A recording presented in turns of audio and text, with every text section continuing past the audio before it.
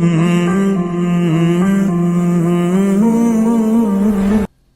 everyone, our today's topic is congenital heart disease, abnormal development of heart during fetal development.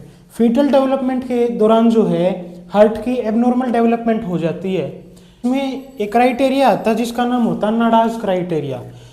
ये क्या बताता है? ये कंजेनाइटल हार्ट डिजीज के बारे में बताता है न्यूबॉर्न में, जिसको हम असेस कर सकते हैं डायग्नोसिस के लिए। अब इसमें दो क्राइटेरिया आते हैं, मेजर और माइनर क्राइटेरिया।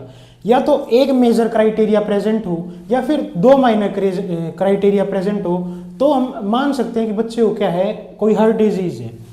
सबसे पहले है मेजर क्राइटेरिया।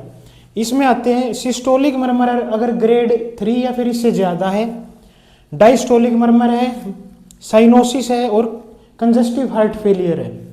माइनर क्राइटेरिया में आते हैं systolic murmur less than grade 3, abnormal S2 sound, abnormal ECG, abnormal chest x ray और एबनॉर्मल BP। नेक्स्ट वन इसकी क्लासिफिकेशन में होते हैं इसके 3 types, acyanotic CHD, cyanotic CHD और ऑब्स्ट्रक्टिव CHD। एसाइनोटिक के टाइप हैं ASD atrio septal defect, VSD ventricular septal defect, PDA patent ductus arteriosus और AVSD atrio ventricular septal defect. Cyanotic के टाइप हैं TOF tetralogy of Fallot, TGA transposition of great arteries, tricuspid अट्रेसिया और TAPVC total anomalous pulmonary Venus connection. Last obstructive का type है कोअरेक्टेशन of aorta. तो चलिए सबसे पहले डिफेक्ट की बात करेंगे जिसका नाम है ASD एट्रियल सेप्टल डिफेक्ट, और ये एसाइनोटिक का टाइप है। इसमें क्या है, एबनॉर्मल कनेक्शन या फिर ओपनिंग प्रेजेंट होती है बिटवीन लेफ्ट और राइट एट्रियम। और जो इसकी शंटिंग होगी, एसाइनोटिक में हमेशा जो शंटिंग होती है ब्लड की वो होती है लेफ्ट से राइट की तरफ, इसमें शंटिंग होगी लेफ्ट से राइट एट्रियम की तरफ। नेक्स्ट वन इसका क्लासिफिकेशन में इसके 3 टाइप्स होते हैं, ओस्टियम प्राइमम, ओस्टियम सिकंडम और साइनस विनोसम। सबसे पहले है ओस्टियम प्राइमम, इसी का अदर नेम होता है एंडोकार्डियल कुशन। ये डिफेक्ट प्रेजेंट होता है at the base of atrial septum, जो एट्रियम का सेप्टम का जो बेस होगा वहाँ पे। ये सबसे मोस्ट कॉमन टाइप होता है ASD का डाउन सिंड्रोम के बच्चे में। सेकंड है ओस्टियम सिकंडम, ये डिफेक्ट प्रेजेंट होता है at the mid portion of atrial septum, जो एट्रियम का सेप्टम होगा उसके मिड पोर्शन में ये डिफेक्ट होगा, और ये मोस्ट कॉमन टाइप होता है ASD का। लास्ट है साइनस विनोसम, ये डिफेक्ट जो है प्रेजेंट होता है approx to junction of right atrium and superior vena cava, roof पे प्रेजेंट होगा एट्रियम के। अब है इसकी हीमोडाइनेमिक्स।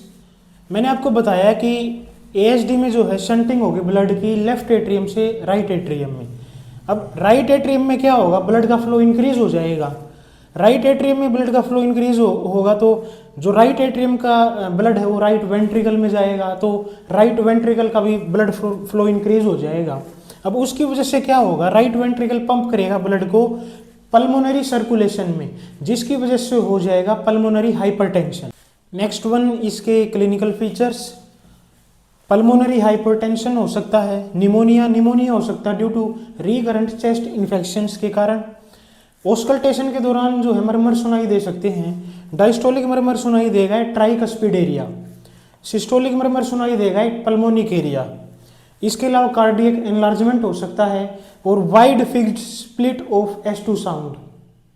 नेक्स्ट है इसका डायग्नोसिस, और डायग्नोसिस में करते हैं एक्सरे।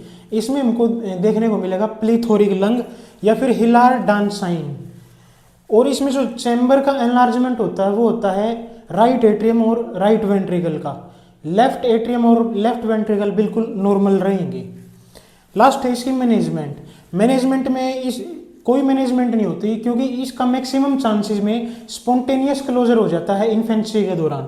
लेकिन अगर वो क्लोज नहीं होता है तो उस केस में करते हैं सर्जरी का नाम होता है सेप्टोप्लास्टी, या फिर इसको क्लोज कर सकते हैं डेक्रोन पैच के थ्रू, जिसको बोलते हैं डेक्रोन पैच क्लोजर, या फिर पर्स स्ट्रिंग सूचरिंग।